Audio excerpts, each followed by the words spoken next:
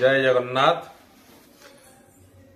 जद्दारु ब्रह्ममूर्ति प्रणवतनुधर सर्ववेदांत सारः भक्तानां सारमीशं भवजलतरणी सर्वतत्त्वानुतत्त्वं योगीनां हंसतत्त्वं हरिहरनमितं श्रीपति वैष्णवानां शैवानां भैरवाख्यः पशुपतिरिति जतशक्तो तत्ते च शक्तिः बौद्धानां बुद्धरूप ऋषभजतिवरो जैन सिद्धांत सारः देवोऽसु पातु नित्यं कलिकलुषहरसि नीलशैलाधिनाथं भजे। जय जगन्नाथ। आमे ओडिशावासी, आमे ओडिशार आराध्य होउछंती जगन्नाथ। जन्मरु मृत्यु पर्यंत आमे जगन्नाथ को साक्षी रखी समस्त कार्य करुथा ओडिया माने। तो आम जगन्नाथ किए भक्त पचारुची ये जगन्नाथ किए न जगन्नाथ जद्दारु ब्रह्ममूर्ति प्रणव तनुधर सी होउछंती ओंकार मूर्ति। प्रणव तनुधर प्रणव मंत्र होउछंती ओंकार। तेणुकर आम जगन्नाथ होउछंती ओंकार। प्रणव तनुधर ओंकार बिंदु संयुक्त नित्यं ध्यायन्ति योगिन कामदं मोक्षदं सैव ओंकाराय नमः नमः। जो जगन्नाथ की चतुर्वर्ग फल प्रदान करिथांती से होउछंती ओंकार मूर्ति। जद्दारु ब्रह्ममूर्ति प्रणव तनुधर सर्व वेदांत सार सबु वेदर श्रेष्ठ तत्व होउछंती जगन्नाथ। सर्व वेदांत सार भक्तानां सारमीशं भक्त माने नाग साप हेले से नागर मणि होउछंती जगन्नाथ।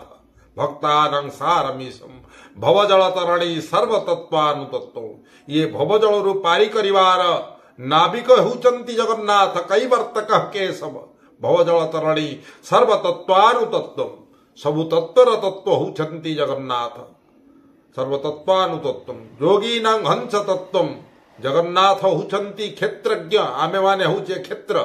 अमेरिका रे कोन होउची महाप्रभु जानंती, लंडन रे कोन होउची महाप्रभु जानंती, भारत वर्ष रे कोन होउची सबु जानंती। तेणुकर सी होउछंती क्षेत्रज्ञ। आम भितरे कौन अच्छी सी सबू जानती। तेणु सी होउछंती अंतर्यामी हंस तत्व हरिहर नमितम। आपण देखुथिबे जगन्नाथंकर सिंहासन रे जी हरि सी हर एवं जगन्नाथ होउछंती स्वयं विष्णु, बलभद्र होउछंती स्वयं शिव। तेणु हरिहर नमितम श्रीपति वैष्णवानम। वैष्णव माने कहउछंती ये जगन्नाथ तमर नुहे नाउ ना ये जगन्नाथ अमर ना केमिति ना ये होउछंती लक्ष्मींकर पति। तेणुकर विष्णु वैष्णवानं शैवानं भैरवाख्य। शैव माने कहउछंती ये ठाकुर तमर नुह ये आमर ना केमिति ना ये होउछंती प्रथमे भारत वर्षर उत्कल रे सोमवंश राजूति चलीथिला लिंगराज मंदिर थिला। प्रथमे महाप्रभु नीलकंठ नीलकंठरु नीलमाधव नीलमाधवरु जगन्नाथ जगन्ता जगन्तारु जगन्नाथ। तेणुकर ये जगन्नाथ से होउछंती एक गोड़िया भैरव। जगन्नाथस्तु भैरव विमलास्तु भैरवी। तेणुकर जगन्नाथ होउछंती स्वयं शिव।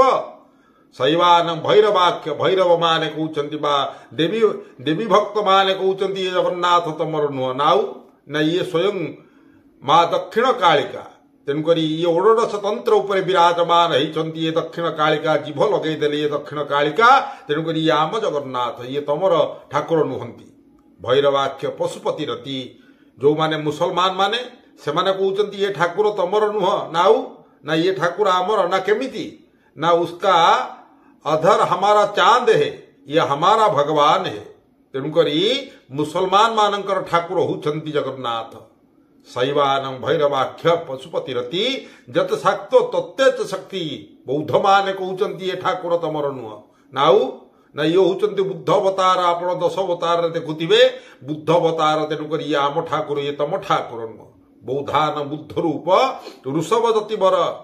ख्रिस्टियान माने कहउछंती ये ठाकुर तमर नुह नाउ ना ये ठाकुर आमर ना केमिति ये ठाकुर तमर केमिति ना ये तो रथ को जाउछंती क्रस चिन्ह। तेणुकर ये आम ठाकुर ये तम ठाकुर नुह। ऋषभजतिवर जैन सिद्धांत सार।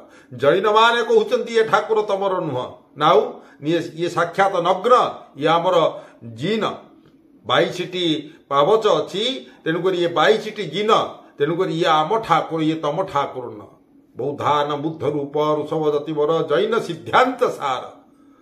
देव सोपातु नित्यं कलिकलु सहर श्रीनील शैलाधिनाथं भजे। ये आमर जगन्नाथ एते बड़ ठाकुर। आपण गोटे गारर परिसमाप्ति अछि किंतु गोटे सुनर परिसमाप्ति नाही। जगन्नाथ होचंती सुन। तेणुक जगन्नाथंकर कोठी आरंभ कोठी शेष केही जानी नाहंती। जगन्नाथ सत्य रे थिले, त्रेता रे थिले, द्वापर रे थिले, कली रे मध्य अछंती। जगन्नाथ माने कोन? जरे जाति, गरे गति, नरे नीति, तरे स्थिति। आमे ओडिया, आम जातीय होची ओडिया जाति। जाति गति आमर हाव भाव चालीचलन ठीक ठाक थिबा दरकार। गति नीति आमे ठीक टाइम रे खाइबा, ठीक टाइम रे सोइबा, ठीक टाइम रे उठिबा, ठीक टाइम रे काम करिबा, ये होची नीति। जदि आमे एतिकी रखिबा आमे समस्त जगन्नाथ। तेणुक जगन्नाथ जेतेबेले श्रीकृष्ण स्वधाम प्रत्यावर्तन करुछंती, उद्धव पचारुचंती महाप्रभु आपण तो स्वधाम प्रत्यावर्तन करुचंती, कली रे कोन केही राक्षस रहिबे नाही। तो भगवान कृष्ण कहउचंती कली रे समस्ते राक्षस होई जिवे। जले मु स्थले मु सबुआडे मु पर्याप्त परिमाण रे व्यापी जीव समस्ते। माने सत्य रे राक्षस थिला किए ना हिरण्याक्ष, ताकू मारिथिले नृसिंह। एवं त्रेतारे राक्षस थिला रावण, ताकू मारिथिले श्रीराम। एवं द्वापर रे राक्षस थिला कृष्ण कंस, ताकू मारिथिले कृष्ण। कलीर राक्षस होची मु। ये मु समस्त स्थान रे परिपूर्ण होई रहिची। डाक्तर कहूची मु, इंजीनियर कहूची मु, मास्टर कहूची मु, वकील कहूची मु, माने मंदिर कहूची मु। समस्ते खाली मु मु हेबे। ये मु को मारिबा पाई महाप्रभु केमिति का रूप धारण करचंती। उद्धव को कहउचंती मु संथरे रहिबी, ग्रंथरे रहिबी, आउ जगन्नाथ रे रहिबी। उद्धव कहला संथ बुझीगली, ग्रंथ बुझीगली, किंतु ये जो जगन्नाथ कौन ना जगन्नाथ होची जले विष्णु स्थले विष्णु, विष्णु सर्वत्र मस्तके ज्वाला माला कुले विष्णु, विष्णु सर्वमयं जगत काट पाषाण तरु तृण ए सर्व घटे नारायण। रामचरितमानस लिखाई कौन ना सिया राममय सब जग जानी करहु प्रणाम जोड़ी जुगपानी। तो आमर जगन्नाथ सर्वत्र विद्यमान अछंती। तेणुक सबुठी से देखुछंती आमे माने कौन करुछे, कि प्रकार आमर सात्विक भावना को त्याग करी तामसिक राजसिक भावना, तामसिक खाद्य खाउचे एवं तांकरे नामरे चांदा आदाय करी तांको नाम को व्यभिचार तामसिक कार्य रे लगौचे एवं राजसिक प्रकृतिर कार्य करुचे। आमे कहूचे जगन्नाथ कर आमे भक्त बा जगन्नाथंक पाखरे गोटे सेल्फी नहीं गले आमे बड़ भक्त हो गले ना रे भाई।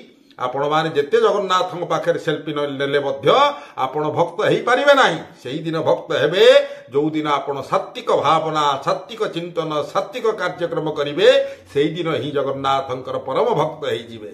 तेणुक जगन्नाथ सर्वत्र परिपूर्ण हो रहिचंती।